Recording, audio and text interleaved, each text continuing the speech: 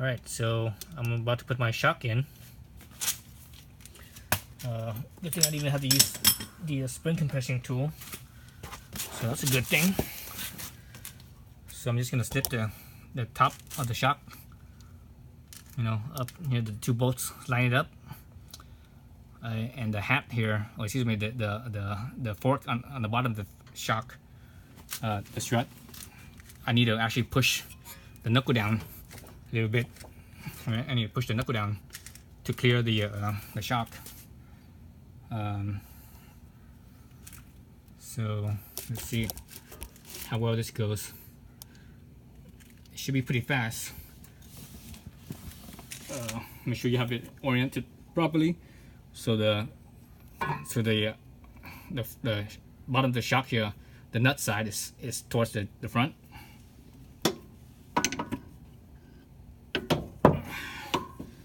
So here I just basically slip into the two mounting bolts. Slip into the two mounting bolts. Alright, so I slip into the two mounting bolts, and on the bottom end here, actually let me switch the camera around.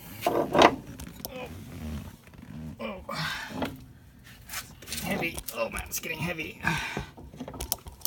Things getting heavy. Ooh, it's getting heavy there. The new spring is like much heavier than the original spring. It's like double the weight almost. Okay, so the knuckle is right here. You guys probably can't see it. It's kind of blocked by the linkage, the suspension linkage. But anyways, the knuckle's right there. You line up my top side, two bolts. Let's see. Those two bolts. Okay, those two are lined up. I'm gonna wire push down on the knuckle. Hopefully, I have enough to clear the spring and clear the shock. There it goes. Oh, did it go on? Looked like it went on. Yeah, it slipped on the knuckle. The two up on top is in, I believe, in this proper mounting hole. So I need to push the knuckle down a little bit more to line up the eyelet. Okay, there it goes. It's almost lined up. Push the knuckle down a little bit more till I get. No, actually, you know what? I'm gonna go into the trunk and screw the two.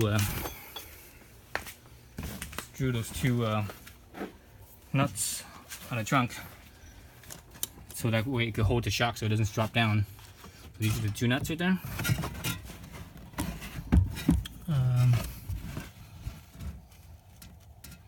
So there's the mounting spots. Considering that this is the inside of the car, the bolts here was kind of corroded. This car has less than 8,000 miles and it's still kind of corroded. I don't think this car's ever been driven in the rain.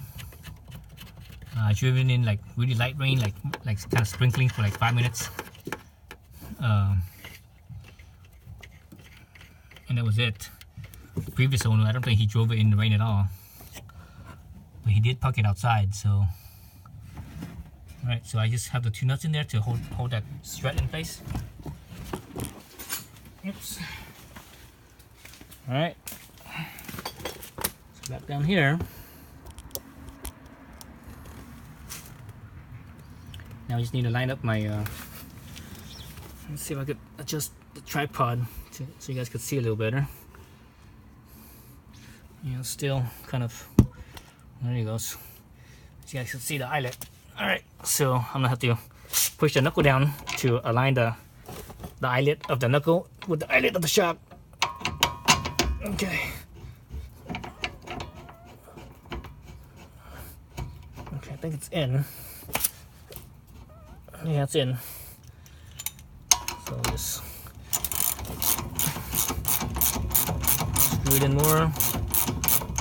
Without tightening it, I'm just gonna screw it in. Oops, I'm gonna screw it in a little bit more.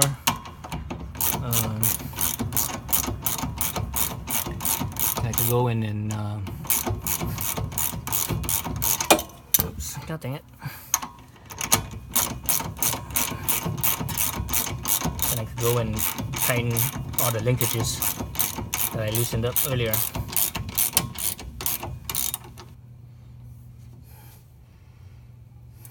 Actually, I won't tighten it up much. I'm just gonna, let's see. I'm just gonna go until like it kind of stops, not too much tension, because I actually want to put a preload on the knuckle to compress the suspension before I tighten everything up. That will help make it settle a little faster. So actually, I'm gonna do a different video on that. I'm gonna jack it up, and so you guys can see how, you know, what I did. Before I do that, let's do this measurement. The measurement from the center here to the fender, right? Center to the fender up on top right here, right? So straight up. I'm gonna go straight up.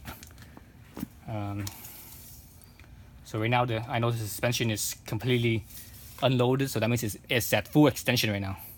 It should be about 17 3/4. Yep, 17 3/4. All right, 17 3/4. You guys remember that? So I'm gonna now I'm gonna put a jack on this. I'm probably gonna put it on where the shock is right here, where the strut is down here, and I'm gonna jack it up as much as I can to preload, you know, preload the suspension. Then I'm gonna, you know, tighten up all the suspension linkages. That way, it helps settle the suspension a little better, but also it takes away the previous the stock I shouldn't say the stock, when you have the suspension completely extended and you tighten up the suspension, all the linkages, the bushings there, all these bushings here and here and such, and all, you know, all of them where you loosen it up and you tighten it back up, all those bushings will be set at that tension right there. So basically, let's say the bushing's there and you tighten it up and it's tightened. Then later on, when you you know, at full extension, it's tightened. Then when you put the wheel back on and drop the car back down, the suspension will compress, right? When it compresses, those bushings will actually have a load on them. It will like kind of twist it a bit, and it stays twisted even, you know, sitting there, not driving at all. That right there will lead to premature failure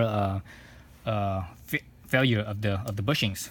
So at full extension, you tighten it up. Okay, it's tight and it's nice and straight.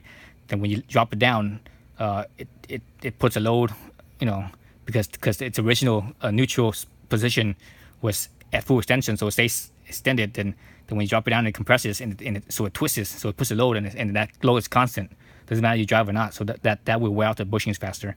So what you do to counter that is preload the suspension. Basically, jack up, you know, put a jack on this and jack it up, so that way it's neither at the same height where it should be sitting, just sitting with the car on the wheels, or even compress it even more, so that way you know, and all the bolts are still loose, right, on the linkages. Then you tighten it up. Then when you tighten it up like that, you know, when you tighten it up, it stays that way. Later on, when you drop the car back onto the wheels, those bushings will stay at that you know, that neutral relaxed state, so they don't prematurely wear out. Otherwise, if they're completely, if they're loaded while they're just sitting there, they will wear out really fast. Okay, so I'm gonna do that. I'm gonna get a jack and jack this suspension up to preload this before I tighten all the suspension parts. All right, that'll be the next video.